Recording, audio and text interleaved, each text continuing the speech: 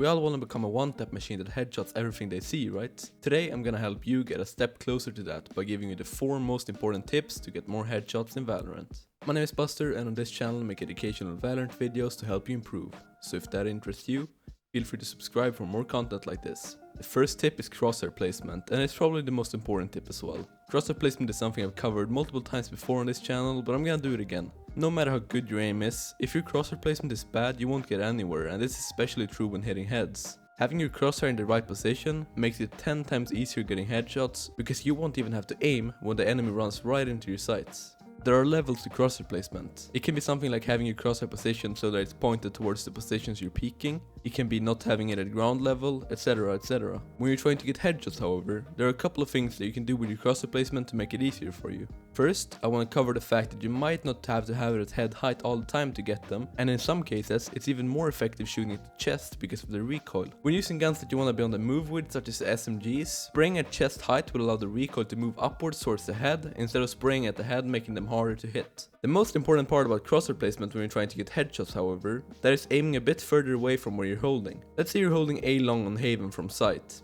Instead of holding right where they come from at the corner, hold a bit more to the left so that when someone peeks, they'll move into your crosshair, and all you have to do is press your left mouse button to get an easy headshot. There are also situations where you should be doing the opposite and holding closer to the corner that they're gonna peek from instead of holding further away. One example of this is usually on window on Haven. If you know that one of the enemies has an operator and they like to peek there, hold closer to the corner, as they'll most likely go out slow and peek you with the operator instead of widening out. Knowing which positions that's more likely to be crouch peeked or slow peeked and which positions are more likely to be wide peeked is something you learn over time. You can't ever be 100% sure which peek you're gonna do, but you can evaluate the situation based on the enemy's equipment, guns, economy, stuff like that. This will help you position your crosshair as effectively as possible to get those headshots. My second tip is play headshot only deathmatch. Most people play deathmatch to either train their aim or warm up, but have you ever went into a deathmatch game with the sole intentions of hitting headshots? This is probably the most effective way to train yourself to get more headshots. I did this a ton when I was playing CSGO. There they had headshot only servers, and they don't do Valorant, so all we can do at the moment is try our best to only hit heads when we're in a deathmatch game, until they choose to add a server browser, whenever that's gonna be. I suggest you doing at least 2 to 3 games of this every day if you want to see a headshot increase fast. It's important when you do this that you don't get kill hungry and just go for the kills, but instead really take your time and aim for the head. If you're not an advanced player and you don't have the mechanics down, it's probably gonna be pretty difficult for you at first, and probably even rage inducing. But keep going with it. The more you play, the more used to it you're gonna get. Losing duels is something that's definitely gonna happen in deathmatch, and I know it can be really frustrating. The third tip is counter strafing.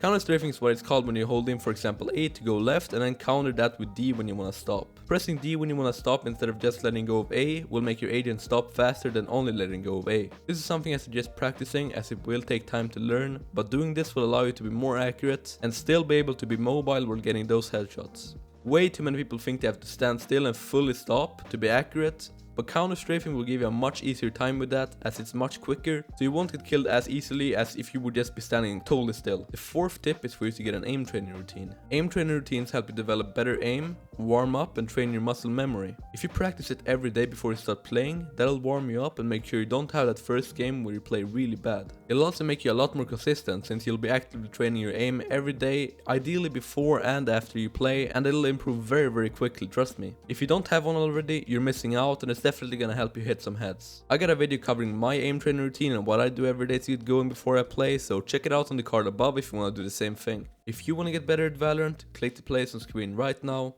Join the Discord community if you haven't already, linked in the description. That is also where you can get your VODs reviewed and just hang out with me or the community. That's it for me today. I'm out.